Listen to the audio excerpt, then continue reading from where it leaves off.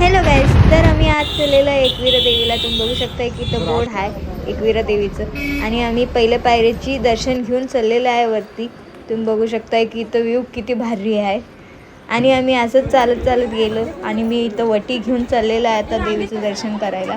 बघू शकताय की आम्ही बाहेरून दर्शन घेतलेलं आहे. इथं किती सुंदर दिसतंय. आणि इथं आम्ही रांगेत थांबून आतलं दर्शन घ्यायला चाललेलं.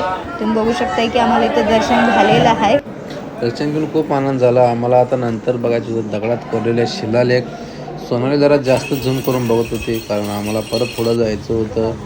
लास्ट पायरीचं दर्शन घेऊन आम्ही परत बसमध्ये बसलो कारण आम्हाला अष्टविनायक गणपती मंदिर महडचं याचं पण दर्शन घ्यायचं होतं. तिथं पण खूप गर्दी होती. रांगेत आम्ही खूप वेळ थांबला. अखेरकार आम्हाला दर्शन झालं. दर्शन घेतल्यानंतर आम्ही परत चाललो घरी चालल्यानंतर आम्हाला परत बसमध्ये बसावं लागलं. बसमध्ये बसून परत आलो घरी. चला भेटूया नेक्स्ट ब्लॉगमध्ये. Bye bye.